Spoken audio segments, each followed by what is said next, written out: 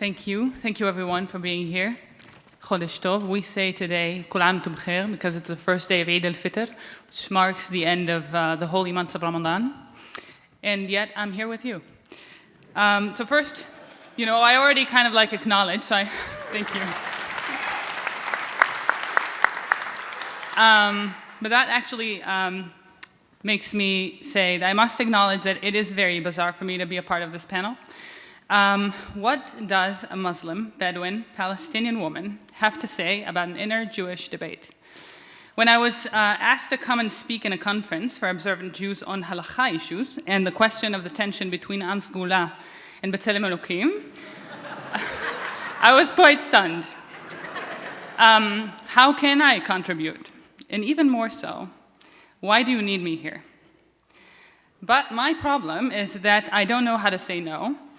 And I also jump on every opportunity that I have to speak out and advocate against the devastating war in Gaza.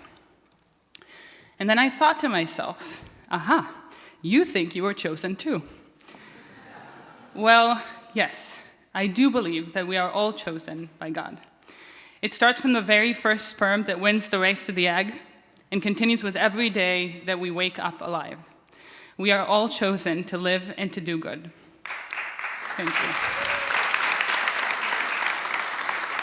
But what does it mean to be chosen? Does it mean that I'm better than everyone else? Does it mean that I have nothing to learn and nothing to be taught? Does it mean that I am always right, no matter what I do? Does it mean that I can never make mistakes? Does it mean that I cannot possibly cause harm? And what exactly am I chosen to do? Thinking a lot about this question made me realize that I know this tension more closely than I'll ever want to admit. Obviously, not from a Jewish perspective, but from a physician's perspective. You see, we doctors also think that we were touched by God, and we have the ability to decide who lives and who dies. This is a powerful motivational force, and without humility, it becomes dangerous.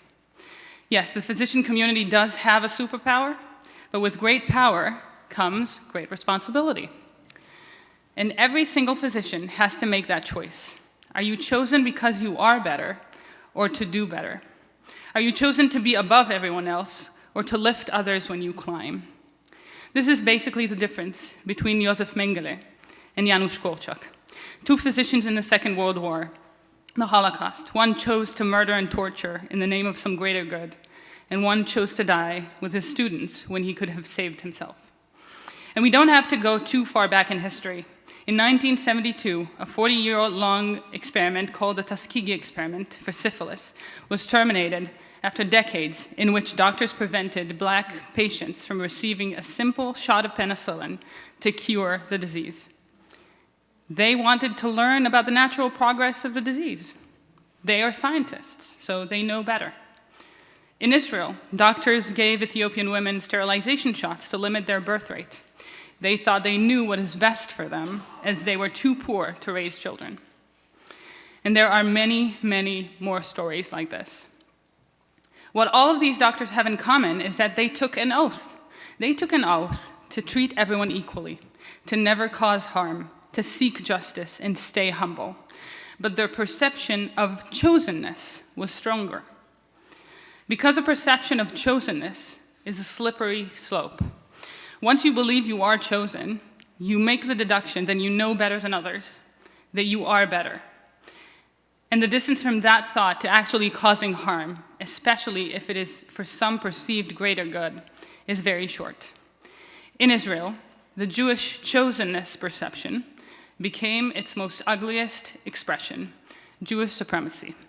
Jewish supremacy in Israel causes Israeli Jews to believe that they can do no harm. So everything is allowed, killing more than 50,000 people in Gaza. More than 15,000 of them are children.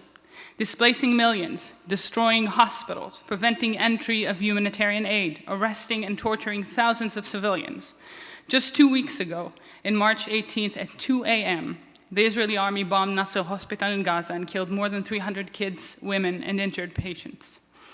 Just yesterday, the IDF admitted to shooting at ambulances and paramedics. All in the name of greater good, in the name of the Jewish people and Jewish safety. And this did not start on October of 2023. Jewish supremacy is part of our daily lives in Israel for decades, in the segregated civil systems, in the differences in citizenship and residency statuses, in the apartheid laws. If you are a Palestinian, you worth less. Your life worth less. It's an Orwellian democracy.